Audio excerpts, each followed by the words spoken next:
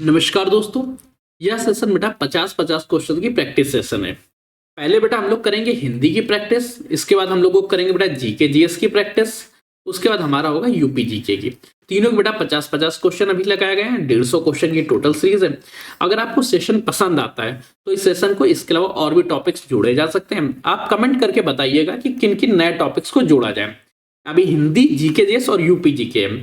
अभी आपके पास बेटा ऑप्शन कंप्यूटर बचता है, पॉलिटीज कंप्यूटर बचता है, इन्वायरमेंटल साइंस बचता है। बाकी जो भी सब्जेक्ट आपको जोड़ने की इच्छा हो वो आप बता सकते हैं। और हाँ, इसके अलावा अगर आप इस सब की प्रैक्टिस करना चाहते हैं तो आपको हमारे एप्लीकेशन द एग्जाम स्टडी को विजिट करना चाहिए, जहां पे आप लोगों को एमसीक्यूज मिल जाएंगे टेस्ट सीरीज फॉर्मेट में। कंप्लीट दीजिए।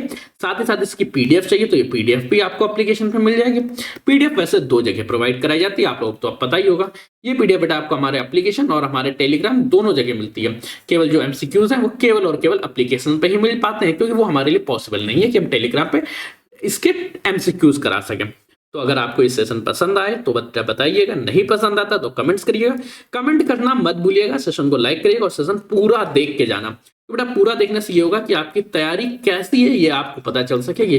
तो चलिए सेशन में मिलते हैं, तब तक के लिए लाइक शेयर व सब्सक्राइब करिएगा। धन्यवाद। दिव्यांश, आप सभी का स्वागत करता हूं आपके अपने परिवार द एग्जाम बडी में। हिंदी भाषा उद्भव और विकास, इसके डिटेल सेशन हम लोग ले चुके थे और अब हम लोग चर्चा कर रहे हैं इसके प्रीवियस ईयर क्वेश्चन की प्रैक्टिस सेशन। तो चलिए सेशन को स्टार्ट करते हैं। मन में कोई क्वेश्चन, कोई डाउट उत्पन्न होता है तो कमेंट सेशन में पूछ लीजिएगा। पहला बेटा प्रश्न आपके समक्ष है, हिंदी किस भाषा परिवार से? हिंदी भारोपी भाषा परिवार से, द्रविड़ परिवार से, ऑस्ट्रिक या चीनी तिब्बत? ये बेटा आपको कमेंट सेशन में बताना है। अब बेटा एक काम करते हैं, आपको लिखना है पहले का ए या पहले का बी, पहले का सी, पहले का डी, कौन सा ऑप्शन सही है जल्दी से बेटा कमेंट कर देना, तब तक हम डिटेलिंग करते हैं। देखो, जब आर्य भारत आते हैं तो वो हिंदी का है उच्चारण हिंदी भाषा नहीं था। पहले इसका नाम था सिंधु और सिंधु के किनारे बसे हुए क्षेत्रों को सिंधी भी बोल रहे थे, लेकिन वो सा नहीं बोल पाते, तो इस तरह से ये सिंधु से हिंदू होता है और हिंदू जिस भाषा को बोल रहे थे उसको हिंदी बोलने जाने लगे। तो ये आर्य क्या थे? आर्य भारत और यूरोप के क्षेत्र से आए थे, अर्थात यहाँ की भाषा भी क्या होनी चाहिए? यहाँ की भाषा इन्हीं के नाम पे पा रही, भारोपी भाषा परिवार से। अर्थात पहले का ऑप्शन क्या रहा? पहले का ऑप्शन नंबर ए सही हो जाता, हिंदी भारोपी भाषा परिवार से।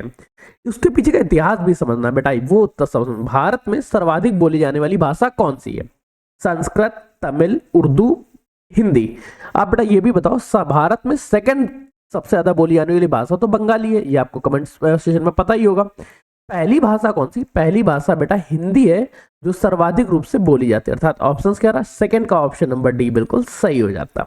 नेक्स्ट प्रश्न बेटा जवाब दो, हिंदी भाषा का जन्म कैसे होता है? हिंदी भाषा का जन्म अपभ्रंश से हुआ, लौकिक संस्कृत से होता, पाली प्रकृत से? तो देखो बेटा, जब हिंदी को पढ़ते हैं, हिंदी की आदि जननी तो संस्कृत भाषा है, संस्कृत भाषा इसकी आदि जननी है, लेकिन हिंदी भाषा का जन्म अपभ्रंश से होता है। संस्कृत भाषा में इतना अपभ्रंश उत्पन्न हो जाता है कि हम लोग लोट को लोट से बोलने लगते हैं, अर्थात अब इस तरह से हिंदी का अपभ्रंश जन्म हुआ। थर्ड का ऑप्शन नंबर क्या रहा? ऑप्शन नंबर ए बिल्कुल सही। अगला प्रश्न है बेटा, हिंदी की विशिष्ट बोली ब्रज भाषा किस रूप में सर्वाधिक प्रसिद्ध है? अब बेटा ब्रज भाषा में बहुत सारे कवियों ने लिखा है, बहुत सारे कविताएं लिखी गई हैं यहाँ से। ब्रज भाषा क्या है? ये एक बोली है, तो ये राजभाषा तो हो नहीं सकती, टेक्निकल भाषा नहीं हो सकती, राष्ट्रभाषा तो कोई भी नहीं है। ऑप्शन क्या बचा? काव्य भाषा, अर्थात फोर्थ का ऑप्शन नंबर डी बिल्कुल सही हो जाता। अगला प्रश्न बेटा पूछ रहा है, ढूंढाली बोली कहाँ की है? ढूंढाली बेटा पश्चिमी राजस्थान की है, पूर्वी राजस्थान की है, दक्षिणी राजस्थान की, उत्तरी राजस्थान की? जल्दी बेटा कमेंट करके बताओ, ढूंढाली बोली कहाँ की है? जल्दी बेटा कमेंट्स करो। बेटा ध्यान रखो, जो ढूंढली भाषा है ये बेटा पूर्वी राजस्थान की भाषा है। कहां से बेटा? पूर्वी राजस्थान की भाषा है, पूर्वी राजस्थान भाषा की बोली है, अर्थात फिफ्थ का ऑप्शन क्या रहा? ऑप्शन नंबर बी सही। कैसे बेटा? देखो अभी हम लोगों ने कुछ क्षण पहले ही की चर्चा है कि हम लोगों ने यहाँ पे देखा था, याद होगा थोड़ा सा, ये रहा राजस्थानी भाषा। हम लोगों ने भाषा परिवार पढ़े थे, इसका बेटा स्क्रीनशॉट आपने लिया या नहीं लिया? यहाँ बेटा राजस्थानी भाषा पढ़ी, राजस्थानी हिंदी में ये भाषा पढ़ी, इसमें बेटा ढूंढली जब हम लोग पढ़ रहे थे राजस्थानी भाषा की, ध्यान से देखो किस भाषा परिवार से आता है। ठीक, कंफर्म हो गया? ये बेटा चीजें आपको ध्यान रखनी पड़ेंगी थोड़ी सी, जैसे ही आप ध्यान रखेंगे वैसे ही आपका काम बनेगा। अगला सेशन देखते हैं। नेक्स्ट सेशन में थोड़ा सा और आगे आते हैं, पूछते हैं क्या है, हिंदी भाषा किस लिपि में लिखी जाती है? बिल्कुल नहीं बताऊंगा कि ये ब्राह्मी लिपि में लिखी जाती है, गुरुनागरी में, देवनागरी या सौराष्ट्री में, तो आप सभी को पता होगा हिंदी भाषा लिखी जाती है देवनागरी लिपि में, और इसकी जो बोली जाती है उसके लिए बेटा खड़ी बोली का प्रयोग किया जाता है। किसका बेटा? खड़ी बोली का प्रयोग किया जाता है। दोनों प्रश्न आपके याद होने चाहिए, अर्थात 6 का ऑप्शन नंबर सी बिल्कुल यहाँ पे सही हो गया। अगला प्रश्न बेटा पूछ रहा है, हिंदी दिवस किस दिन मनाया जाता है? हिंदी दिवस बेटा 11 जून को बनाया था, 14 सितंबर को बनाया था, 28 सितंबर को या 10 जून को। हम लोगों ने पढ़ा था कि 14 सितंबर 1949 को हिंदी को राजभाषा का दर्जा दिया गया। जब राजभाषा का दर्जा दिया गया तो इसी दिन से बेटा 14 सितंबर को हम लोग हिंदी दिवस मनाने लगे, अर्थात 7वें का ऑप्शन नंबर क्या रहा? ऑप्शन नंबर बी बिल्कुल सही हो जाता। नेक्स्ट प्रश्न है, मगही किस उपभाषा की बोली है? मगही राजस्थान की है, पश्चिमी हिंदी की, पूर्वी हिंदी या बिहारी हिंदी की? तो बेटा ध्यान रखो, मगही जो है वो बिहारी हिंदी की उपभाषा है। ये बेटा डिटेल्स में याद रख लेना, अर्थात 8वें का ऑप्शन नंबर क्या रहा? ऑप्शन नंबर सी डी बिल्कुल सही हो जाता। नेक्स्ट प्रश्न पूछ रहा है, भाषाई आधार पे सर्वप्रथम किस राज्य का गठन हुआ? अब बेटा ये थोड़ा सा पॉलिटी का क्वेश्चन भी बन जाता है कि भाषा के आधार पर गठन होने वाले राज्यों का क्रम बताओ। पंजाब, जम्मू कश्मीर, राजस्थान, आंध्र प्रदेश। तो ध्यान रखना बेटा कि इसके लिए बेटा 52 दिन का आमरण अनशन हुआ था, और मृत्यु होने के बाद ही इस मतलब पूरा ऐसा सिनेरियो बन गया था कि एक तो आंदोलन ऐसे हो गए कि अब वो खूंखार होने लगे थे। लोगों को डर ये था कि भारत की अस्मिता के अगेंस्ट ही ना पहुंच जाए, जिस वजह से फिर आंध्र प्रदेश को पहला राज्य बनाया गया जो भाषा के आधार पर रहेगा। लेकिन यहाँ पे एक भाषा एक राज्य की सहमति नहीं स्वीकारी गई, अर्थात 9th का ऑप्शन नंबर डी बिल्कुल सही है। मतलब यहाँ पे केवल एक ही भाषा बोलने वाले लोग नहीं रहेंगे बल्कि सभी लोग रहेंगे, लेकिन इसका निर्माण भाषा के आधार पर किया गया, अर्थात 9th का ऑप्शन नंबर डी यहाँ बिल्कुल सही हो जाता है। नेक्स्ट क्वेश्चन बेटा पूछ रहा है, ध्यान रखो, हिंदी किस तिथि को हिंदी को राजभाषा बनाने का निर्णय लिया गया था? अभी बेटा कुछ क्षण पहले ही हम लोग चर्चा कर चुके थे कि 14 सितंबर 1949 को हिंदी को राजभाषा बनाने का निर्णय लिया गया था। 10th का ऑप्शन नंबर क्या? ऑप्शन नंबर सी बिल्कुल सही हो जाता। नेक्स्ट प्रश्न बेटा पूछ रहा है, हिंदी किस भाषा की परिवार है? हिंदी भारोपी, द्रविड़, ऑस्ट्रिक, चीनी, तिब्बत किस भाषा की? जल्दी बेटा कौन कहता? हिंदी भारोपी भाषा परिवार की भाषा, अर्थात 11वें का ऑप्शन नंबर ए बिल्कुल सही। नेक्स्ट बेटा प्रश्न पूछ रहा है, हिंदी में सर्वाधिक बोली जाने वाली भाषा कौन सी? हिंदी का जन्म अपभ्रंश होता है, आदि जननी कौन सी है? हिंदी को तिथि। हाँ, जो नेक्स्ट क्वेश्चन ये बड़ा नया क्वेश्चन है, तो बेटा हुआ क्या, कई प्रश्न कई बार पूछेगा। हिंदी को संविधान की किस अनुच्छेद के तहत राजभाषा घोषित किया गया? आर्टिकल 343, 351, 324, 300। हम लोग बेटा पढ़ा था 343 से लेकर 351 तक भारतीय संविधान के भाग 17 में राजभाषाओं का वर्णन किया गया। उसमें से आर्टिकल 343 कहता है कि हिंदी को राजभाषा बनाया जाए, अर्थात 16वें का ऑप्शन क्या रहा? ऑप्शन नंबर ए बिल्कुल सही हो जाता है। नेक्स्ट बेटा क्वेश्चन पूछ रहा है, खड़ी बोली का दूसरा नाम क्या है?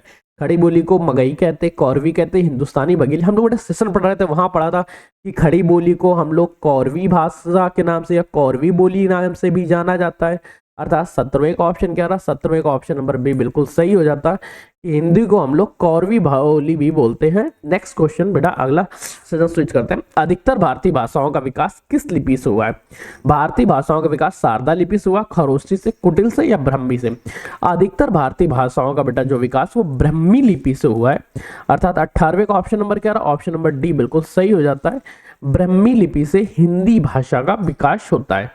नेक्स्ट सेशन बेटा, हिंदी भाषा किस लिपि में लिखी जाती?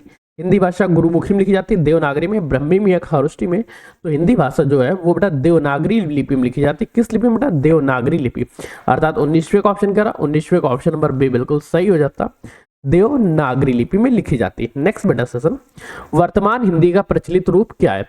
वर्तमान हिंदी का प्रचलित रूप अवधी है, ब्रजभाषा है, खड़ी बोली या देवनागरी लिपि है? कौन सी है वर्तमान हिंदी की प्रचलित बोली? वाह बेटा देखो, वर्तमान हिंदी खड़ी बोली में बोली जाती है और लिखी किस में जाती है? लिखी जाती है देवनागरी लिपि में। ऑप्शंस कंफर्म हो गया। ब्रजभाषा में सर्वाधिक क्या होती है? काव्य रचनाएं देखने को मिलती हैं। अवधि 20 का ऑप्शन क्या रहा? 20 का ऑप्शन नंबर यहाँ पे सी बिल्कुल सही। नेक्स्ट सेशन बेटा जल्दी बताओ क्वेश्चन क्या है? भाषाई आधार पर सबसे पहले किस राज्य का निर्माण किया गया था? पहले बताया जा चुका है, इसलिए इस राज्य। बघेली बोली का संबंध किस उपभाषा से?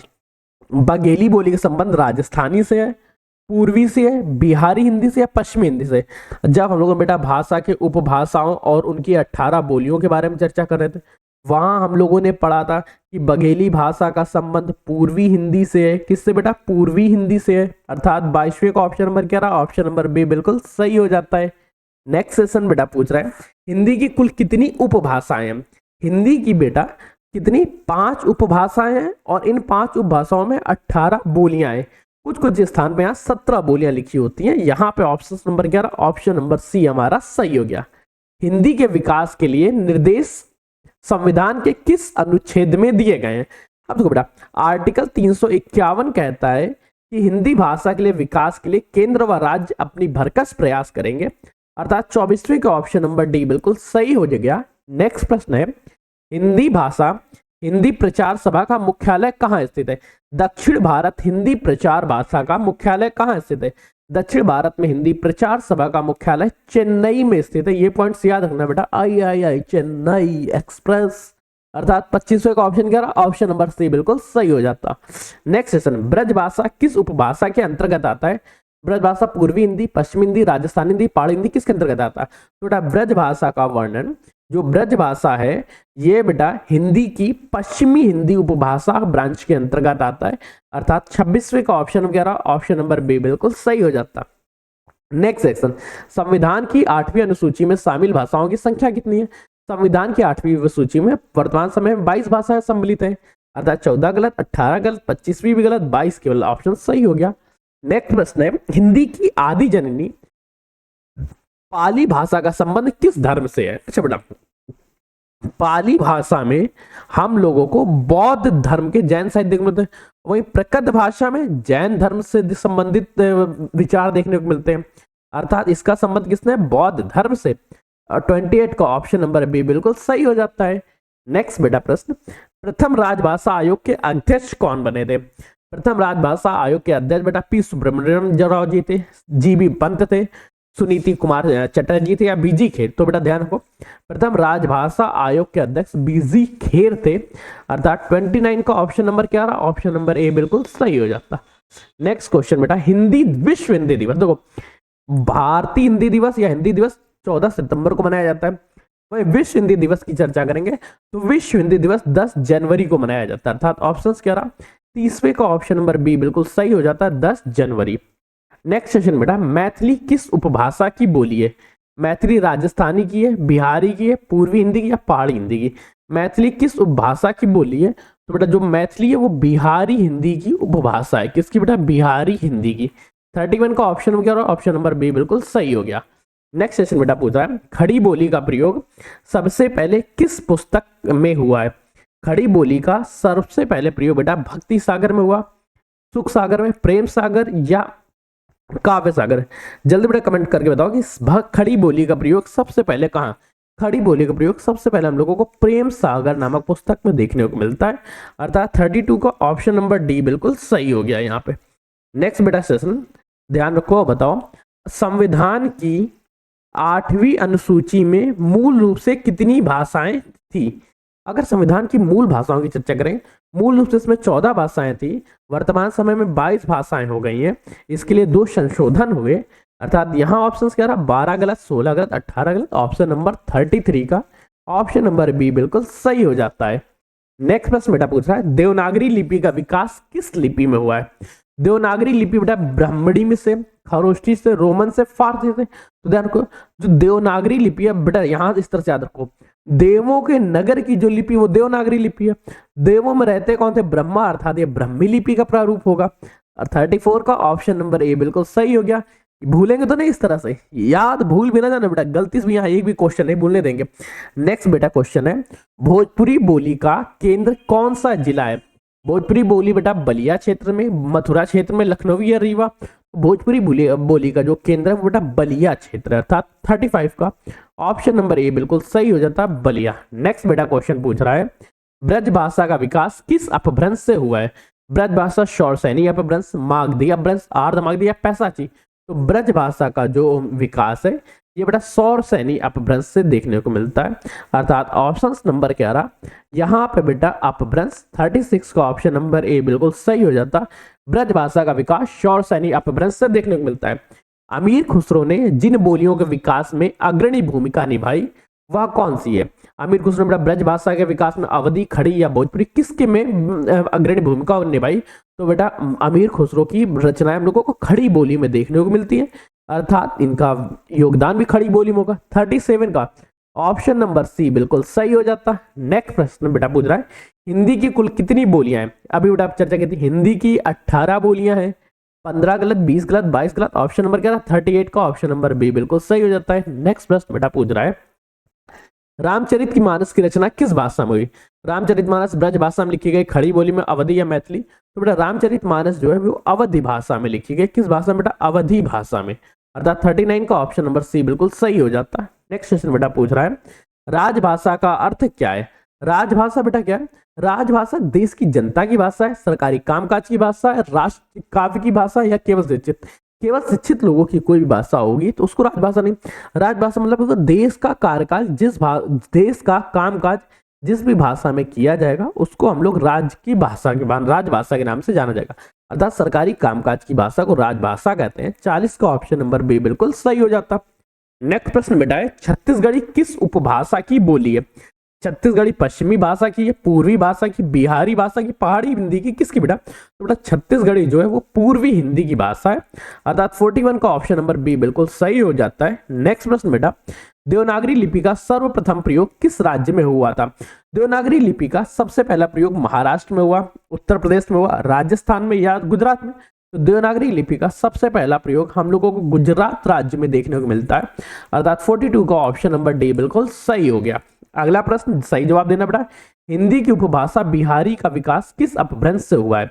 हिंदी की उपभाषा बिहारी के विकास बेटा सौरसानी अपभ्रंश से, मागधी से, अर्धमागधी या खास? बिहारी भाषा का जो विकास है ये बेटा मागधी अपभ्रंश से हुआ है। अर्थात 43 का ऑप्शन नंबर बी सही हो गया।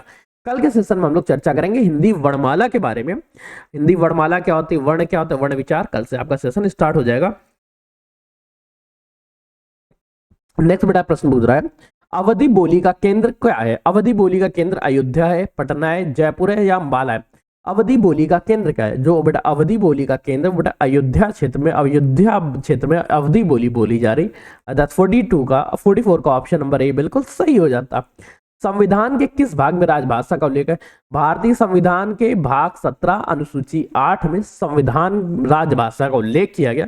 भाग 15, भाग 18, भाग 20, ऑप्शन नंबर 11, 45 का ऑप्शन नंबर बी बिल्कुल सही हो गया।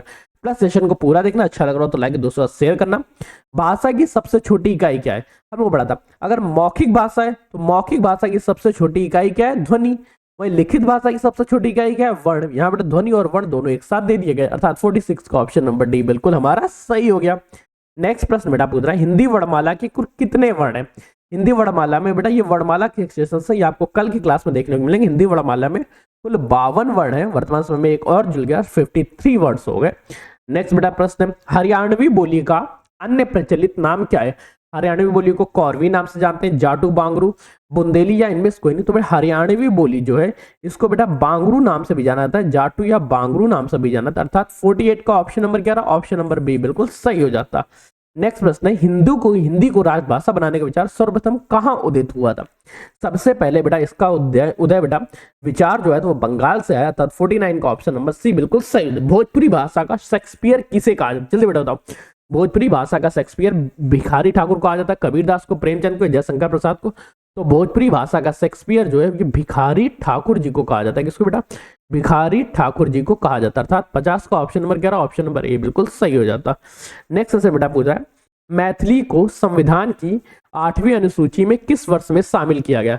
मैथिली को 2001 में शामिल किया गया, 2003 में, 2005 में, 2010 में। तो बेटा मैथिली भाषा को 2003 में 8वीं अनुसूची में शामिल किया गया था। अर्थात 51 का ऑप्शन नंबर 11, बी नंबर बिल्कुल सही।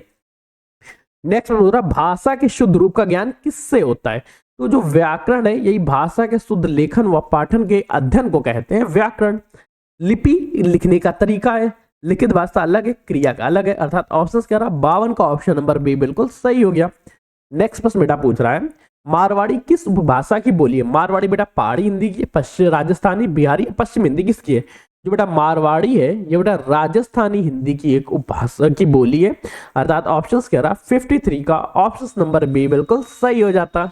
अगला प्रश्न पूछ रहे हैं, हिंदी की आदि जननी पाली भाषा के बाद कौन सी भाषा है? पाली के बाद बेटा प्रकत्र आई थी। अर्थात ऑप्शंस क्या रहा? हम लोग बेटा पढ़ा था ठीक है। अर्थात 54 का ऑप्शन नंबर 11 सी बिल्कुल सही हो जाता है। नेक्स्ट प्रश्न बेटा पूछ रहा है, हिंदी साहित्य सम्मेलन प्रयाग की स्थापना कब हुई?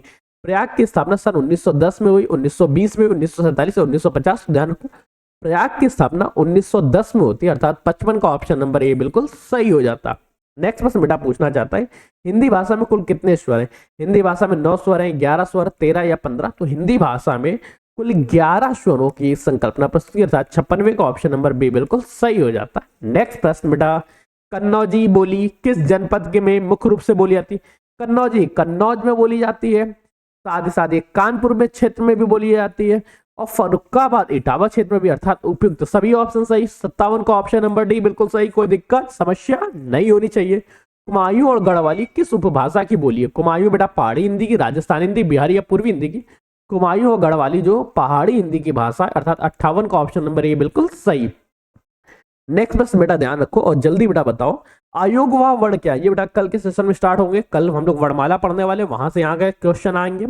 आयोगवाह वर्ण फिर बेटा ध्यान रखना, अंग और आ को हम लोग आयोगवाह वर्ण कहते हैं, अर्थात 59 का ऑप्शन नंबर सी बिल्कुल सही हो जाता।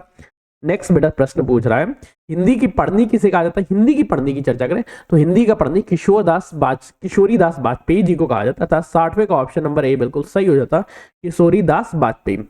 ये बेटा आज का सेशन था, उम्मीद करते हैं आपको सेशन पसंद आया होगा। अगर आपको इसकी पीडीएफ या एमसीक्यूज प्रीवियस ईयर क्वेश्चन चाहिए तो आपको हमारे एप्लीकेशन द एग्जाम बडी को विजिट करना, वहां पे आपको सभी चीजें देखने को मिल जाएंगी। साथ ही साथ अगर आप किसी अन्य एग्जाम्स की तैयारी कर रहे हैं तो वहां बेटा कुछ बैचेस में जिनको मनो परचेस कर लीजिएगा। मिलते हैं इस सेशन में, तब तक के लिए कीप स्टडी कीप स्माइलिंग, पढ़ते रहिए मुस्कुराते रहिए, पढ़ाई मुस्कुराहट एक साथ अच्छी लगती है, अकेले में दोनों या अधूरे। तब तक के लिए धन्यवाद दोस्त। नमस्कार दोस्तों, अब हम लोग चर्चा करने वाले भारतीय संविधान की प्रस्तावना भाग व अनुच्छेद से संबंधित प्रश्नों के बारे में, और ये प्रश्न वो है जो आपके कॉम्पिटिटिव एग्जाम्स में पूछे जाते हैं। तो चलिए सेशन को स्टार्ट करते हैं। पहला प्रश्न है आपसे बेटा, भारतीय संविधान की प्रस्तावना पे विचार किस देश के संविधान से लिया गया है? अच्छा बेटा देखो, अब आपके मन में दो तरह के सवाल है। पहला प्रश्न ये, जब हम लोगों ने संविधान पढ़ रहे थे तो वहां पे हम लोगों ने अमेरिका भी देखा था, साथ ही हम लोगों ने ऑस्ट्रेलिया भी देखा था, और इन सब के साथ ही साथ हम लोगों ने देखा था एक नया शब्द कि पंडित जवाहरलाल नेहरू द्वारा प्रस्तुत किया गया उद्देश्य प्रस्ताव। अब यहां पे ऑप्शन कौन सा सही होगा? तो बेटा ध्यान रखो, इसका जो विचार है वो लिया गया था यूएसए अर्थात अमेरिका के संविधान से। अगर प्रस्तावना की भाषा के बारे में चर्चा कर ले तो वो लिया गया था ऑस्ट्रेलिया से। अगर प्रस्तावना का प्रारूप पूछ ले तो वो है पंडित जवाहरलाल नेहरू का उद्देश्य प्रस्ताव। ठीक, तीन तरह के क्वेश्चन इस तरह से पूछे जाएंगे, तीनों को याद रखना। पहले का ऑप्शन नंबर सी बिल्कुल यहाँ पे सही हो गया। नेक्स्ट बेटा पूछ रहा है, याद रखो भारतीय संविधान में प्रस्तावना का विचार अमेरिकी संविधान से लिया गया, तो इसकी भाषा ऑस्ट्रेलिया के संविधान के प्रभाव से। नेक्स्ट बेटा प्रश्न है, भारतीय संविधान की प्रस्तावना में अब तक कितनी बार संशोधन किया गया? ध्यान रखो बेटा, अब तक केवल एक ही बार संशोधन हुआ, वो भी 42वां संविधान संशोधन। यहाँ पे ऑप्शन क्या लिखा है? एक बार, अर्थात सेकंड का ऑप्शन नंबर ए बिल्कुल सही हो जाता है। नेक्स्ट बेटा सेशन देखो, भारतीय प्रस्तावना में अब तक एक बार संशोधन हुआ, 42वां संविधान संशोधन 1976 द्वारा एक ही बार बदलाव किया गया। 42वें संविधान संशोधन 1976 द्वारा प्रस्तावना में कौन से तीन शब्द जोड़े गए? संप्रभुता, लोकतांत्रिक गणराज्य, न्याय, स्वतंत्रता, समानता, समाजवादी, धर्मनिरपेक्ष, अखंडता, बंधुत्व, अखंडता या गणतंत्र राज्य। बताओ क्या शब्द जोड़े गए? तो बेटा समाजवादी, धर्मनिरपेक्ष और अखंडता, ये तीन लेटर जोड़े गए थे 42वां संविधान संशोधन 1976 के तहत, अर्थात थर्ड का ऑप्शन नंबर सी बिल्कुल सही हो गया। नेक्स्ट बेटा प्रश्न जो आपके समक्ष आ रहा है, हम भारत के लोग शब्द का क्या अर्थ है? भारत का राष्ट्रपति सर्वोच्च है, अंतिम शक्ति जनता में निहित है, संसद सर्वोच्च है या न्यायपालिका सर्वोच्च है? हम भारत के लोग भारत को प्रभुत्व संपन्न, समाजवादी, पंथ निरपेक्ष, लोकतंत्रात्मक, मतलब जितनी भी शक्तियां हैं सभी के सभी हम भारत के लोगों में अर्थात भारत की जनता में निहित है। यहां का ऑप्शन नंबर क्या रहा? ऑप्शन नंबर बी बिल्कुल सही हो गया। फोर्थ के बी पे टिक लगाते। नेक्स्ट बेटा सेशन पूछ रहा है जिसको ध्यान से देखना और बताना, किस वाद में उच्चतम न्यायालय ने व्यवस्था दी कि प्रस्तावना संविधान का अंग है? बेरुबाड़ी संगमवाद था 1960, केशवानंद भारती 1973, गोकलनाथ वाद 1967, मेनका गांधी वाद 1978। तो ध्यान रखो बेटा, केशवानंद भारती की केस था जिसमें बेटा प्रस्तावना को संविधान का अंग माना गया, अर्थात 1973 केशवानंद भारती केस। पांचवे का ऑप्शन नंबर बी बिल्कुल सही हो जाता है। थोड़ा सा बेटा डिटेल, केशवानंद भारती 1973 में सुप्रीम कोर्ट ने माना प्रस्तावना संविधान का अभिन्न अंग है और इसमें संशोधन किया जा सकता है। इसके बाद 42वां संविधान संशोधन 1976 के तहत इसमें संशोधन किया गया और तीन शब्दों को जोड़े गए। ठीक, नेक्स्ट बेटा प्रश्न, भारतीय संविधान की प्रस्तावना में कितने प्रकार के न्यायिक लोग हैं? कितने प्रकार के न्याय का उल्लेख है? भारतीय प्रस्तावना में 2 प्रकार के न्याय है, 3 प्रकार, 4 प्रकार या 5 प्रकार? भारतीय संविधान में 3 प्रकार के न्यायों का उल्लेख है, अर्थात 6 का ऑप्शन नंबर क्या हो जाता है? ऑप्शन नंबर बी बिल्कुल सही हो जाता है। 6 बेटा कौन कौन से न्याय? सामाजिक न्याय, आर्थिक न्याय और राजनीतिक न्याय। कौन कौन से न्याय बेटा? फिर से लिखो। भारतीय प्रस्तावना में 3 प्रकार के न्यायों का उल्लेख है, सामाजिक न्याय, आर्थिक न्याय और राजनीतिक न्याय। पॉइंट्स बेटा याद रखना, इससे संबंधित प्रश्न पूछे जाएंगे तो तीनों हमें याद होने चाहिए। नेक्स्ट बेटा सेशन पूछ रहा है, भारतीय संविधान की प्रस्तावना में वर्णित स्वतंत्रता में कौन सा शब्द शामिल नहीं है? विचारों की स्वतंत्रता, विश्वास की, आर्थिक स्वतंत्रता या अभिव्यक्ति। दो बेटा हमारे आर्थिक स्वतंत्रता का उल्लेख नहीं है प्रस्तावना में, अर्थात 7वें का ऑप्शन नंबर सी बिल्कुल सही हो जाता है। नेक्स्ट बेटा, प्रस्तावना में विचार, अभिव्यक्ति, विश्वास, धर्म और उपासना की स्वतंत्रता है, लेकिन आर्थिक स्वतंत्रता का उल्लेख नहीं किया गया है। अगला प्रश्न है, संविधान की कुंजी किसे कहा जाता है? मौलिक अधिकारों को संविधान की कुंजी कहा जाता है, प्रस्तावना कहा जाता है, नीति निर्देशक तत्व अर्थात डीपीएसपी को कहा गया, या मौलिक कर्तव्यों को? किसको बेटा संविधान की कुंजी कहा गया है? जल्दी बेटा कमेंट करके बताओ। मैं आपका लगातार बेटा ध्यान दे रहा हूं कि कौन सा ऑप्शन सही रहेगा। तो बेटा बिल्कुल सही जवाब, प्रस्तावना को संविधान की कुंजी कहा गया, अर्थात 8th का ऑप्शन नंबर क्या रहा? ऑप्शन नंबर बी बिल्कुल सही हो जाता। नेक्स्ट बेटा सेशन ध्यान रखो, अगला क्वेश्चन क्या पूछ रहा है? अब बेटा हर प्रश्न का जवाब देना है। भारत एक गणराज्य है, इसका क्या अर्थ है? अच्छा, गणराज्य का अर्थ क्या होता है? गणराज्य का अर्थ होता है कि कोई भी पद वंशानुगत नहीं होगा। भारत का जो शीर्ष पद है वो वंशानुगत नहीं होता, कोई भी पद वंशानुगत नहीं होगा।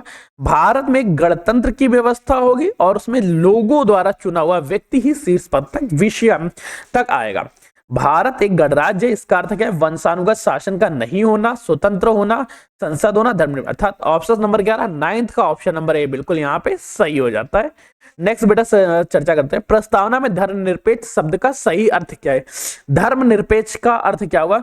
धर्म के प्रति निरपेक्ष का भाव रखना, अर्थात देश या राज्य का कोई भी धर्म नहीं होगा, देश सभी राज्यों से, सभी धर्मों से स्वतंत्र रहेगा, राज्य का कोई धर्म नहीं रहेगा, सभी धर्म समान है, सभी धर्मों का संरक्षण करेगा, उपयुक्त सभी। तो यहाँ पे बेटा उपयुक्त सभी सही हो गया कि सभी धर्मों का सम्मान करना है, देश का कोई भी धर्म नहीं होगा, सभी धर्मों का संरक्षण करेंगे, अर्थात 10वें का ऑप्शन नंबर क्या रहा? ऑप्शन नंबर डी यहाँ पे बिल्कुल सही हो गया। नेक्स्ट प्रश्न बेटा जल्दी बेटा इस कमेंट प्रश्न का जवाब दो। अच्छा बेटा आप लोग बताओ कि आप लोगों को ये सेशन कैसा लग रहा है? सबसे जरूरी चीज है जो इंपॉर्टेंट है, प्रश्न है बेटा, संविधान की प्रस्तावना में बंधुत्व शब्द का उद्देश्य क्या सुनिश्चित किया गया है? बंधुत्व क्या है? बंधुत्व बेटा आपसी भाईचारा, व्यक्ति की गरिमा के भावनाओं को बताता है, राष्ट्र की एकता, अखंडता एवं व्यक्ति की गरिमा का भाव दिखा रहा होता है, अर्थात ऑप्शन क्या रहा? 11th का ऑप्शन नंबर सी बिल्कुल सही हो गया। नेक्स्ट बेटा प्रश्न पूछ रहा है जिसको ध्यान से देखना, बताना उद्देश्य प्रस्ताव किसने प्रस्तुत किया था जो बाद में प्रस्तावना बना? हम लोगों ने आज की क्लास स्टार्ट होने से सबसे पहले ही बात की थी कि 13 दिसंबर 1946 को 1946 को पंडित जवाहरलाल नेहरू ने, पंडित जेएल नेहरू ने उद्देश्य प्रस्ताव प्रस्तुत किया गया था जो बाद में भारतीय संविधान की प्रस्तावना बनती है। किसने प्रस्तुत किया? पंडित जवाहरलाल नेहरू ने, अर्थात 12वें का ऑप्शन नंबर सी बिल्कुल सही हो जाता है। नेक्स्ट प्रश्न बेटा पूछ रहा है, ध्यान से देखो और इसका भी जवाब दो। प्रस्तावना के अनुसार संविधान के अधीन समस्त शक्तियों का केंद्र बिंदु कौन है? समस्त शक्तियां बेटा जनता में निहित है, जनता सही है, अर्थात 13 का ऑप्शन नंबर ए बिल्कुल सही हो जाता, भारत की जनता में निहित है। नेक्स्ट बेटा प्रश्न जिसको ध्यान से देखो, भारतीय संविधान को संविधान सभा द्वारा कब अंगीकृत किया गया था? भारतीय संविधान को संविधान सभा द्वारा 26 नवंबर 1949 को अंगीकृत किया गया था और संपूर्ण संविधान को भारत में 26 जनवरी 1950 को लागू किया गया था। इसी वजह से 26 जनवरी को गणतंत्र दिवस और 26 नवंबर को संविधान दिवस मनाया जाता है। यहाँ बेटा 14 का ऑप्शन क्या रहा? 14वें का ऑप्शन नंबर 26 नवंबर 1949 सी नंबर सही हो गया, 14 का ऑप्शन नंबर सी पर टिक लगाते। नेक्स्ट प्रश्न बेटा पूछ रहा है जिसको ध्यान से देखो और बताओ, प्रस्तावना संविधान का परिचय पत्र है, ये किसने कहा था? ये बेटा के.एम. मुंशी ने कहा, एन.ए. पालकीवाला ने, अल्लादी कृष्णम स्वामी अय्यर ने या अर्नेस्ट बर्क ने? हम लोगों ने महान कथन के बारे में चर्चा की थी, जिनके क्या क्या व्यक्तित्व थे, क्या क्या शब्द थे। तो प्रस्तावना को संविधान का परिचय पत्र एन.ए. पालकीवाला ने कहा, अर्थात 15वें का ऑप्शन क्या रहा? ऑप्शन नंबर बी बिल्कुल सही हो जाता है। नेक्स्ट प्रश्न बेटा ध्यान रखो, प्रसिद्ध न्यायविद एन.ए. पालकीवाला ने प्रस्तावना को संविधान का परिचय पत्र कहा है। भारतीय संविधान में मूलतः कुल कितने भाग थे?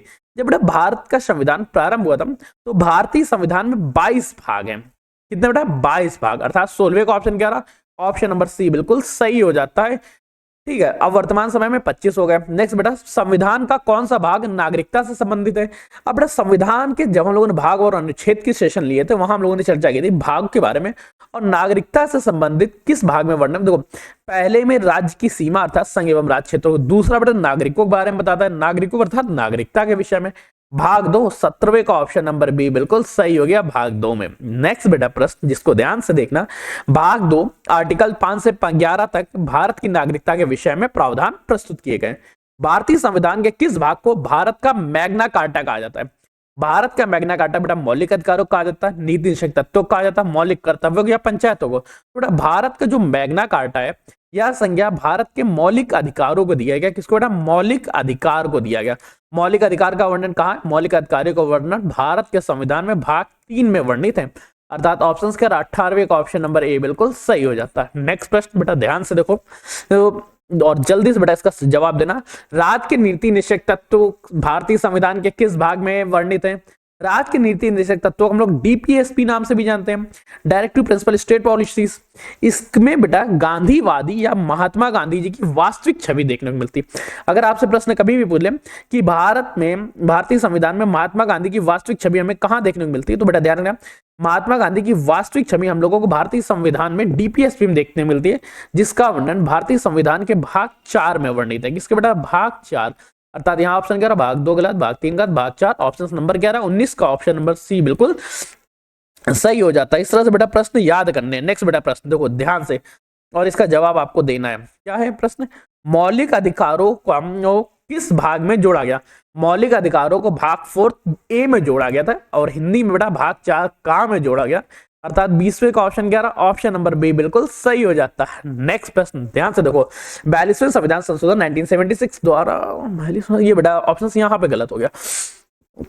ठीक है, अगला बेटा प्रश्न पूछ रहा है कि भारत का भाग 9 किससे संबंधित है? भारत का भारतीय संविधान का भाग 9 किससे संबंधित है? जल्दी बेटा कमेंट करके बताओ।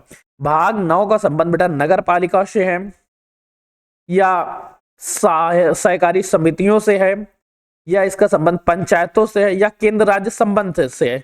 जल्दी बेटा बताओ, भाग 9 का संबंध किससे? जो बेटा भाग 9 का संबंध है वो पंचायतों से, अर्थात ऑप्शंस क्या रहा? 21 का ऑप्शन नंबर सी बिल्कुल सही हो जाता, पंचायतों से। नेक्स्ट बेटा प्रश्न पूछ रहा है जिसको ध्यान से देखना बताना, नगर पालिकाओं का उल्लेख किस भाग में किया गया है? नगर पालिकाओं का उल्लेख भाग 9 में किया गया, 9A में किया गया, 9B में या भाग 10 में? कहां पे बेटा नगर पालिकाओं का उल्लेख किया गया? तो बेटा ध्यान रखो, भारतीय संविधान में नगर पालिकाओं का वर्णन भाग 9A में किया गया। किसमें बेटा? 9 के ए में किया गया, अर्थात ऑप्शंस क्या रहा? 22वें का ऑप्शन नंबर बी बिल्कुल सही हो जाता। नेक्स्ट प्रश्न और सही जवाब देना है बेटा, बिल्कुल गलती नहीं करनी है। आपातकालीन उपबंध संविधान के किस भाग में है? जल्दी बेटा बताओ, आपातकालीन उपबंधों का संबंध भारतीय संविधान के किस भाग में किया गया है? तो आपातकालीन इमरजेंसी प्रोविजंस जो हैं इनका वर्णन भारतीय संविधान के भाग 18 में किया गया, अर्थात 23 का ऑप्शन नंबर सी बिल्कुल सही हो जाता। भाग 18 में आपातकालीन उपबंधों का उल्लेख है। नेक्स्ट प्रश्न बेटा ध्यान से देखो, भाग 18 आर्टिकल 352 से लेकर 366 तक 3 प्रकार के आपातकालों का वर्णन किया गया है। नेक्स्ट प्रश्न है, संविधान सभा की प्रक्रिया किस भाग में दी गई है? संविधान संशोधन की प्रक्रिया किस भाग में दी गई है? जल्दी बेटा कमेंट करो कि संविधान संशोधन की प्रक्रिया भाग 20 में, भाग 21 में, भाग 22 में या भाग 17 में, 17 18 किस में बेटा किस में दी गई? जल्दी बेटा बताओ। अगर इनमें से ना हो तो ई नंबर और लगा दो, इनमें से कोई नहीं, और जवाब भी दे सकते हैं आप कि ई नंबर सही है और ई नंबर में भी कौन सा सही होगा। संविधान संशोधन की प्रक्रिया किस भाग में दी गई? तो संविधान संशोधन की प्रक्रिया भारतीय संविधान के भाग 20 में वर्णित है, अर्थात ऑप्शंस क्या रहा? ऑप्शन नंबर 24 का ए बिल्कुल सही हो जाता है। नेक्स्ट प्रश्न बेटा पूछ रहा है, भाग 20 आर्टिकल 368 के तहत संविधान संशोधन की शक्ति दी गई है, उसकी प्रक्रिया के बारे में बताएगा। संघ व राज्यों के बीच संबंध, relation between union and it's states किस संबंध में? संघ व राज्यों के संबंध भाग 10 में, भाग 11 में, भाग 12 में या भाग 13 में? संघ व राज्यों के बीच का संबंध भारतीय संविधान के भाग 11 में वर्णित है, अर्थात 25 का ऑप्शन नंबर क्या रहा? ऑप्शन नंबर बी बिल्कुल सही हो जाता। नेक्स्ट क्वेश्चन बेटा आपसे ध्यान से देखो, बताओ निर्वाचन से संबंधित भाग कौन सा है? निर्वाचन से संबंधित उल्लेख किस भाग में किया गया है? जल्दी बड़ा कमेंट करके बताओ। निर्वाचन से संबंधित भाग 14 में है, भाग 15 में है, भाग 16 में है, भाग 17 में। निर्वाचन अर्थात इलेक्शन से संबंधित प्रावधान भारतीय संविधान के भाग 15 में किए गए हैं, अर्थात 26 को ऑप्शन क्या, ऑप्शन नंबर बी बिल्कुल सही हो जाता है। नेक्स्ट बेटा क्वेश्चन देखो और जल्दी बेटा कमेंट्स करके बताओ कि इसका सही जवाब क्या होगा। भारत का संविधान में भाग 8 किससे संबंधित है? अच्छा, भाग 8 के बारे में हम लोगों ने पढ़ा था कि यूनियन टेरिटरी से संबंधित है, संघ व उसके राज्य क्षेत्रों से संबंधित है, राज्यों से नहीं संबंधित, अनुसूचित क्षेत्रों से नहीं, वित्त से नहीं, संघ एवं उसके राज्य क्षेत्र, अर्थात 27 का ऑप्शन नंबर बी बिल्कुल सही हो जाता। नेक्स्ट प्रश्न बेटा, नेक्स्ट प्रश्न का बेटा सही जवाब देना। संघ का वर्णन किस भाग में है? संघ का वर्णन भाग 4 में है, भाग 5 में, भाग 6 में या भाग 7 में? संघ अर्थात यूनियन के बारे में चर्चा करना। यूनियन का वर्णन भारतीय संविधान के किस भाग में है? तो यूनियन का वर्णन भारतीय संविधान के भाग 5 में वर्णित है, अर्थात ऑप्शंस कह रहा 28 का ऑप्शन नंबर बी बिल्कुल सही हो जाता। नेक्स्ट प्रश्न बेटा पूछ रहा है जिसको ध्यान से देखना और आप लोग कमेंट्स करके बताना। राजभाषा का उल्लेख भारतीय संविधान के किस भाग में किया गया है? राजभाषा का उल्लेख भारतीय संविधान के 16वें भाग में है, 17वें भाग में, 18वें भाग में या भाग 19 में? किसमें बेटा? राजभाषा। देखो राजभाषा का वर्णन भारतीय संविधान के भाग 17 में वर्णित है, अर्थात 29 का ऑप्शन नंबर क्या रहा? ऑप्शन नंबर बी बिल्कुल सही हो गया। नेक्स्ट बेटा प्रश्न पूछ रहा है जिसको ध्यान से देखना और बताना। संविधान का भाग, नहीं बेटा बार बार 20 भी नहीं है, कुछ में बेटा अलग भी हो जाता है, ये है कि ये मान सकते, ठीक है। नेक्स्ट बेटा क्वेश्चन है भारतीय संविधान का भाग 20 किससे संबंधित है? भाग 20 में किसके बारे में? आर्टिकल 352, 356, 360 या 368 किसका बेटा वर्णन भाग 20 में किया गया है? भाग 20 आर्टिकल 368 से संबंधित है। किससे बेटा? आर्टिकल 368 से समाहित है। ऑप्शंस क्या रहा? ऑप्शंस नंबर यहाँ पे डी बिल्कुल सही हो जाता है। नेक्स्ट बेटा सेशन पूछ रहा है भाग 20 केवल एक ऐसा अनुच्छेद है जिसमें बेटा संविधान संशोधन के बारे में बताया गया। संविधान संशोधन 300, अच्छा 52, 56 और 60 में क्या है? ये बेटा भारतीय संविधान में आपातकाल से संबंधित है। किससे बेटा? आपातकाल से संबंधित है। नेक्स्ट बेटा प्रश्न जल्दी बेटा बताओ क्या है? सहकारी समितियां किस भाग में जोड़ी गई हैं? सहकारी समितियां बेटा भारतीय संविधान के किस भाग में जोड़ी गई? जल्दी बेटा कमेंट करके बताओ कि सहकारी समितियां भाग 19 में जोड़ी गई, भाग 9A में जोड़ी गई, 9B में जोड़ी गई या 4A में जोड़ी गई? जल्दी बेटा बताओ सहकारी समितियां कहां पर जोड़ेगी? तो बेटा सहकारी समितियों का वर्णन भारतीय संविधान के भाग 9B में है, अर्थात ऑप्शंस क्या रहा? 31 का ऑप्शन नंबर सी बिल्कुल सही हो जाता। जो लोग बेटा, आप लोग बेटा कमेंट करके बताओ आपके मैक्सिमम कितने सही हुए। जिसके बेटा सबसे ज्यादा सही होंगे आज उसके कमेंट्स को मैं पिन करूंगा और उसको एक छोटा सा गिफ्ट मिलेगा। प्रश्न है बेटा भाग 14A किससे संबंधित है? विशेष प्रावधानों से। भाग 14A में क्या वर्णित है? विशेष प्रावधान वर्णित है, अधिग्रहण के बारे में, वित्त आयोग के बारे में या कैग के बारे में? तो भाग 14A जो है ये अधिग्रहण अर्थात ट्रिब्यूनल्स के बारे में बताता है। 32 का ऑप्शन नंबर क्या? ऑप्शन नंबर बी बिल्कुल सही हो जाता है, ट्रिब्यूनल्स के बारे में।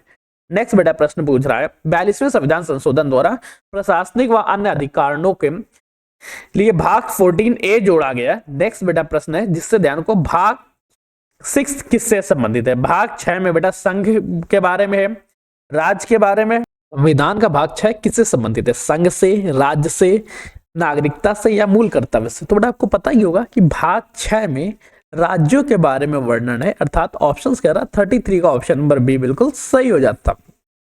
अगला प्रश्न बेटा पूछ रहा है, इसको ध्यान से देखना और जवाब देना।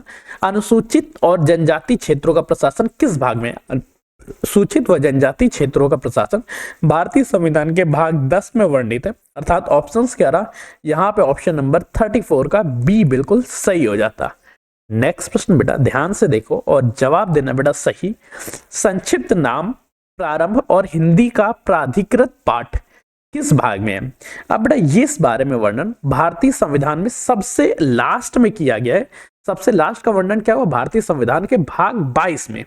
क्या किसी ऑप्शन में भाग 22 लिखा हुआ है क्या? अगर लिखा हुआ हो तो बेटा ऑप्शंस लगा दो तुरंत। ऑप्शन नंबर ए में लिखा हुआ है भाग 21, बी में 22, अर्थात 35 का ऑप्शन नंबर बी बिल्कुल सही हो गया। नेक्स्ट सेशन की चर्चा करते हैं। अगला क्वेश्चन बेटा पूछ रहा है भारतीय संविधान में भारत राज्यों का संघ होगा, यह बात किस अनुच्छेद में कही गई है? भारत राज्यों का संघ होगा तथा यह संघ किसी भी तरह के समझौते का परिणाम नहीं होगा। ये पूरी की पूरी चर्चा भारतीय संविधान में आर्टिकल 1 में कही गई, आर्टिकल 2 में, आर्टिकल 3 या आर्टिकल 4। तो बेटा यह वर्णन भारतीय संविधान के आर्टिकल 1 में कही गई है, अर्थात 36 का ऑप्शन नंबर ए बिल्कुल सही हो जाता है। यहां से बेटा संघ व उसके राज्य क्षेत्र, संघ व उसके राज्य क्षेत्र का टॉपिक स्टार्ट हो जाता है। इस बारे में बेटा आप लोगों ने अभी डिटेल क्लास में नहीं पढ़ा है, डिटेल क्लास में ये कल का सेशन होगा। अस्पृश्यता का अंत किस अनुच्छेद में कहा गया? अस्पृश्यता का अंत बेटा भाग आर्टिकल 14 में, आर्टिकल 16 में, आर्टिकल 17 या आर्टिकल 18। अस्पृश्यता कांड, एबोलिशन ऑफ अनटचेबिलिटी, इसके बारे में बेटा किस आर्टिकल में कहा गया? तो बेटा इसका वर्णन भारतीय संविधान के आर्टिकल 17 में वर्णित है, अर्थात ऑप्शन कह रहा है 37 का ऑप्शन नंबर सी बिल्कुल सही हो जाता। नेक्स्ट प्रश्न बेटा पूछ रहा है, ग्राम पंचायतों का संगठन किस आर्टिकल के अंतर्गत आता है? ग्राम पंचायतों का संगठन बेटा आर्टिकल 32 में, आर्टिकल 40 में, आर्टिकल 44 में या आर्टिकल 51 में। कहां पे बेटा ग्राम पंचायतों का संगठन के बारे में बताएगा? तो ग्राम पंचायतों का संगठन भारतीय संविधान के आर्टिकल 40 में वर्णित है, अर्थात 38 का ऑप्शन 11 ऑप्शन नंबर बी बिल्कुल सही हो जाता। नेक्स्ट क्वेश्चन बेटा पूछ रहा है और इसको ध्यान से देखना और बताना, समान नागरिक संहिता का वर्णन किस आर्टिकल में है? समान नागरिक यूनिफॉर्म सिविल कोड का वर्णन बेटा आर्टिकल 42 में, आर्टिकल 44, आर्टिकल 46 या आर्टिकल 48 कहां पे वर्णित है?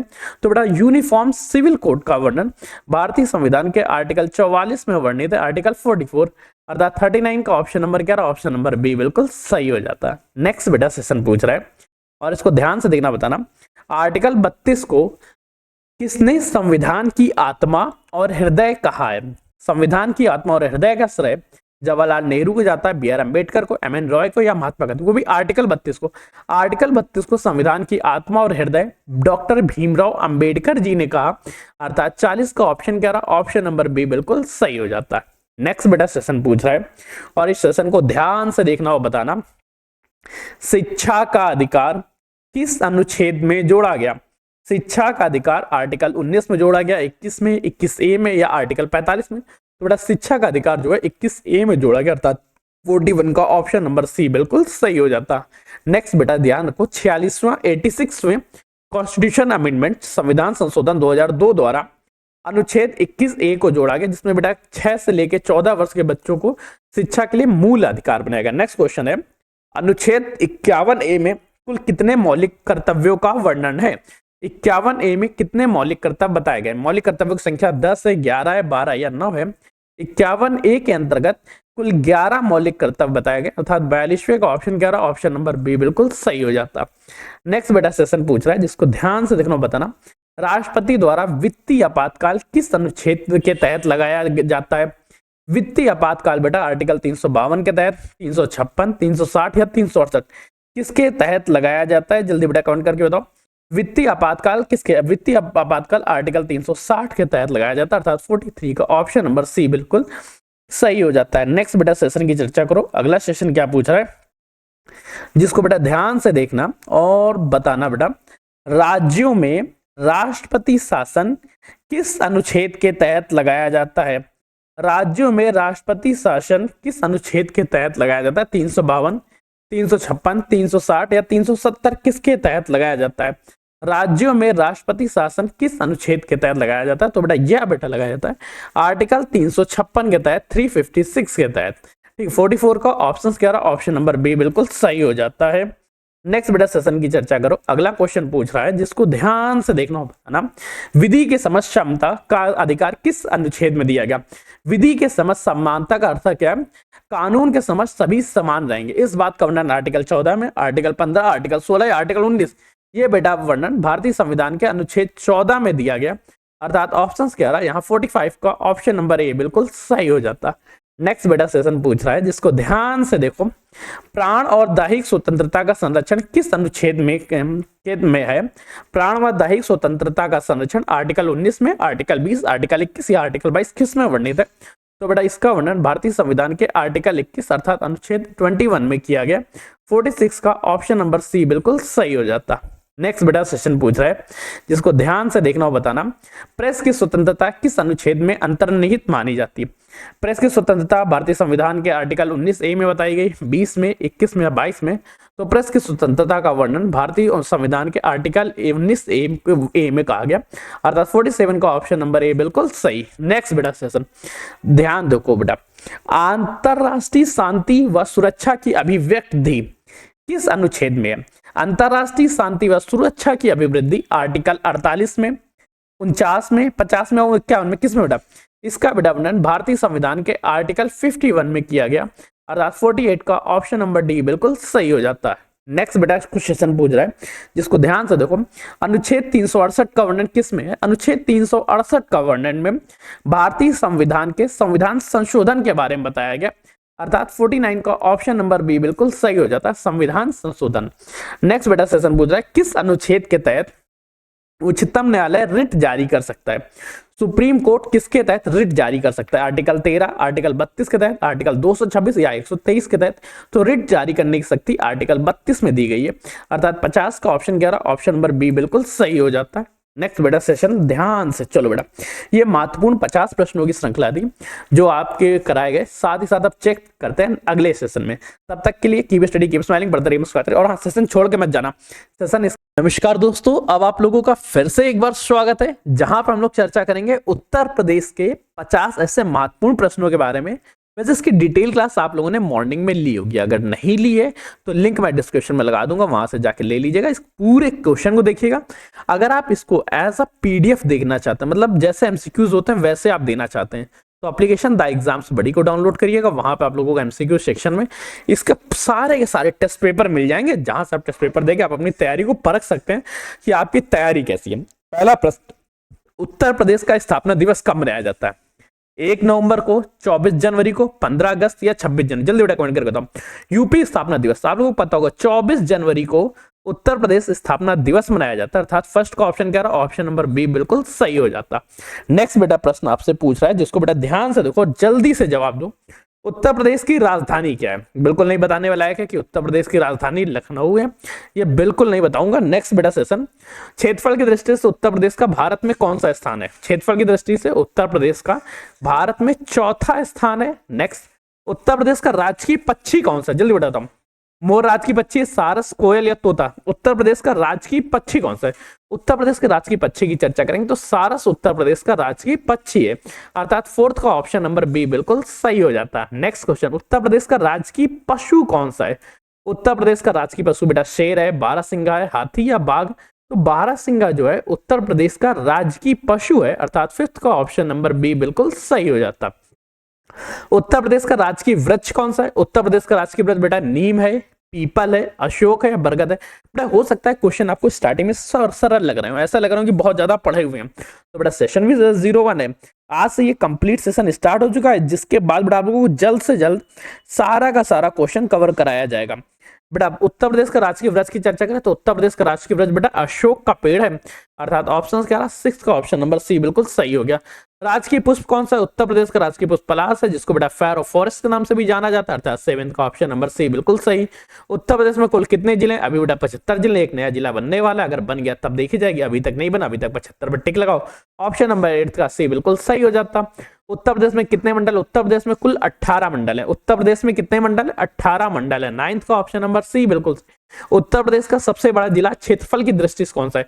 क्षेत्रफल की दृष्टि से सोनभद्र सबसे बड़ा है, लखीमपुर खीरी, प्रयागराज या लखनऊ? कौन सा बेटा क्षेत्रफल की दृष्टि से सबसे बड़ा है? तो ध्यान रखो, लखीमपुर खीरी उत्तर प्रदेश का सबसे बड़ा है क्षेत्रफल की दृष्टि से, अर्थात 10th का ऑप्शन नंबर बी बिल्कुल सही हो जाता। लखीमपुर खीरी उत्तर प्रदेश का सबसे बड़ा जिला है। उत्तर प्रदेश का सबसे छोटा जिला कौन सा है? भदोही, हापुड़, शामली या महोबा? कौन सा जिला उत्तर प्रदेश का सबसे छोटा जिला है? अगर क्षेत्रफल की दृष्टि से चर्चा करेंगे तो सबसे छोटा जिला बेटा हापुड़ है, अर्थात 11th का ऑप्शन नंबर बी बिल्कुल सही हो गया, हापुड़ सबसे छोटा जिला है। उत्तर प्रदेश की प्रथम महिला मुख्यमंत्री कौन थी? जल्दी बेटा कमेंट करके बताओ। सरोजनी नायडू, सुचेता कृपलानी, मायावती या एनी बेसेंट? उत्तर प्रदेश की पहली महिला मुख्यमंत्री कौन सी थी? उत्तर प्रदेश की अगर पहली महिला मुख्यमंत्री की चर्चा करेंगे तो वो थी सुचेता कृपलानी, अर्थात 12वें का ऑप्शन नंबर बी बिल्कुल सही हो जाता। सुचेता कृपलानी उत्तर प्रदेश की पहली महिला मुख्यमंत्री। नेक्स्ट क्वेश्चन पूछ रहा है, उत्तर प्रदेश की प्रथम राज्यपाल कौन थी? प्रथम राज्यपाल बेटा सुचेता कृपलानी, सरोजनी नायडू, आनंदीबेन पटेल या विजय लक्ष्मी पंडित। प्रथम बेटा राज्यपाल की चर्चा करेंगे या प्रथम महिला राज्यपाल की चर्चा करेंगे तो बेटा ऑप्शन है सरोजनी नायडू, अर्थात ऑप्शन क्या रहा 13वें का ऑप्शन नंबर बी बिल्कुल सही हो जाता, सरोजनी नायडू। उत्तर प्रदेश की पहली राज्यपाल या उत्तर प्रदेश की पहली महिला राज्यपाल। नेक्स्ट क्वेश्चन, उत्तर प्रदेश का राजकीय खेल कौन सा है? उत्तर प्रदेश का राजकीय खेल बेटा क्रिकेट है, हॉकी है, कबड्डी या कुश्ती है। तो बेटा उत्तर प्रदेश और भारत दोनों का राष्ट्रीय खेल के राजकीय खेल है, राष्ट्रीय खेल की चर्चा करें तो वो हॉकी है। नेक्स्ट क्वेश्चन, उत्तर प्रदेश का राजकीय चिन्ह में क्या शामिल? उत्तर प्रदेश के राजकीय चिन्ह में शेर और अशोक का चक्र है, 2 हाथी और कमल है, केवल धनुष तीर है नहीं, 1 धनुष 2 मछली और तीर का है, अर्थात 15वें का ऑप्शन नंबर क्या रहा? ए बिल्कुल सही हो जाता। नेक्स्ट क्वेश्चन, उत्तर प्रदेश की सीमा कितने राज्यों को स्पर्श करती है? उत्तर प्रदेश की सीमा 7 राज्यों को स्पर्श करती है, 8, 9 या 10। तो बेटा इस तरह के प्रश्न में 9 राज्य सही होते हैं, अर्थात ऑप्शंस क्या रहा? 16वें का ऑप्शन नंबर सी बिल्कुल सही हो जाता। 8 राज्य एक केंद्र शासित प्रदेश, 8 राज्य एक केंद्र शासित प्रदेश तथा एक देश की चर्चा होती है इस तरह से। नेक्स्ट क्वेश्चन है, उत्तर प्रदेश का सबसे पूर्वी जिला, पूर्व में बेटा कौन सा है? बिहार। बिहार के साथ सीमा सबसे ज्यादा कौन सा, मतलब उत्तर प्रदेश का पूर्वी जिला कौन सा? बिहार, बलिया, जो बिहार के साथ सीमा साझा करता है, अर्थात यहाँ ऑप्शन क्या रहा? यहाँ 17वें का ऑप्शन नंबर ए बिल्कुल सही हो जाता है। नेक्स्ट बेटा क्वेश्चन को टिक करो, अगला प्रश्न पूछ रहा है, जल्दी बताओ बेटा, उत्तर प्रदेश का सबसे पश्चिमी जिला कौन सा है? पूर्व में बलिया, पश्चिम में शामली, पूर्व में बलिया, पश्चिम में शामली, अर्थात 18 का ऑप्शन नंबर बी बिल्कुल सही हो गया, शामली उत्तर प्रदेश का पश्चिमी जिला है। नेक्स्ट, उत्तर प्रदेश का सबसे उत्तरी जिला कौन सा है? उत्तर प्रदेश का उत्तरी जिला बेटा बिजनौर है, सहारनपुर है, मुजफ्फरनगर है या मेरठ? जल्दी बेटा बताओ। उत्तर प्रदेश के उत्तर में बेटा सहारनपुर पड़ता है और सहारनपुर उत्तर प्रदेश का उत्तरी जिला है, अर्थात 19वें का ऑप्शन नंबर क्या रहा? ऑप्शन नंबर बी बिल्कुल सही हो जाता। नेक्स्ट क्वेश्चन, उत्तर प्रदेश का सबसे दक्षिणी जिला कौन सा है? उत्तर में बेटा सहारनपुर, दक्षिण में बेटा सोनभद्र, दक्षिण में क्या रहेगा बेटा? सोनभद्र, अर्थात ऑप्शन क्या रहा? 20वें का ऑप्शन नंबर सी बिल्कुल सही हो गया, सोनभद्र। उत्तर प्रदेश का राजकीय जलीय जीव कौन सा है? उत्तर प्रदेश का राजकीय जलीय जीव की चर्चा करें तो जलीय जीव बेटा वेल है, गंगा डॉल्फिन, कछुआ या रोहू मछली। तो बेटा ध्यान रखो, उत्तर प्रदेश का जलीय जीव जो है वो गंगा डॉल्फिन है, अर्थात ऑप्शन क्या रहा? 21वें का ऑप्शन नंबर बी बिल्कुल सही हो जाता है, गंगा डॉल्फिन। उत्तर प्रदेश में लोकसभा की कितनी सीटें हैं? लोकसभा की बेटा 31 सीटें हैं, 80 सीटें हैं, 100 या 403। उत्तर प्रदेश की बेटा लोकसभा में कुल बेटा कितनी सीटें हैं? जल्दी बेटा काउंट करके बताओ। तो बेटा बिल्कुल सही जवाब 80 सीट, अर्थात 22वें का ऑप्शन नंबर क्या रहा? ऑप्शन नंबर बी बिल्कुल सही हो जाता है। नेक्स्ट बेटा क्वेश्चन आपसे पूछ रहा है, ध्यान दो, उत्तर प्रदेश की राज्यसभा में कितनी सीटें? राज्यसभा में बेटा 31 सीटें, 31, 100 या कितनी सीटें? राज्यसभा में बेटा कितनी सीटें हैं? 31 सीट्स। नेक्स्ट क्वेश्चन बेटा पूछ रहा है, विधानसभा में कितनी सीटें हैं? विधानसभा में 403 सीटें, कोई इश्यूज तो नहीं। नेक्स्ट क्वेश्चन, विधान परिषद में बेटा 100 सीटें हैं, ठीक। नेक्स्ट, उत्तर प्रदेश का उच्च न्यायालय कहाँ स्थित है? उत्तर प्रदेश का हाई कोर्ट कहाँ पे स्थित है? जल्दी बेटा काउंट करके बताओ, हाई कोर्ट उत्तर प्रदेश का कहाँ पे स्थित है? लखनऊ में स्थित है, प्रयागराज में स्थित है, कानपुर में। ये देखो, उच्च न्यायालय जो है वो प्रयागराज में स्थित है और इसकी जो खंडपीठ है वो लखनऊ में स्थित है। यहाँ पे ऑप्शन क्या रहा? 26वें का ऑप्शन नंबर बी बिल्कुल सही हो जाता। नेक्स्ट क्वेश्चन बेटा आपसे पूछ रहा है, उत्तर प्रदेश की आधिकारिक भाषा कौन सी है? आधिकारिक भाषा बेटा हिंदी है, उर्दू है, हिंदी उर्दू दोनों है या अंग्रेजी?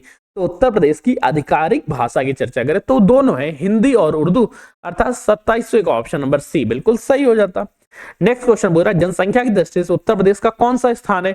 जनसंख्या की दृष्टि से उत्तर प्रदेश का पहला स्थान है, अर्थात 28 का ऑप्शन नंबर ए बिल्कुल सही हो जाता है, प्रथम स्थान।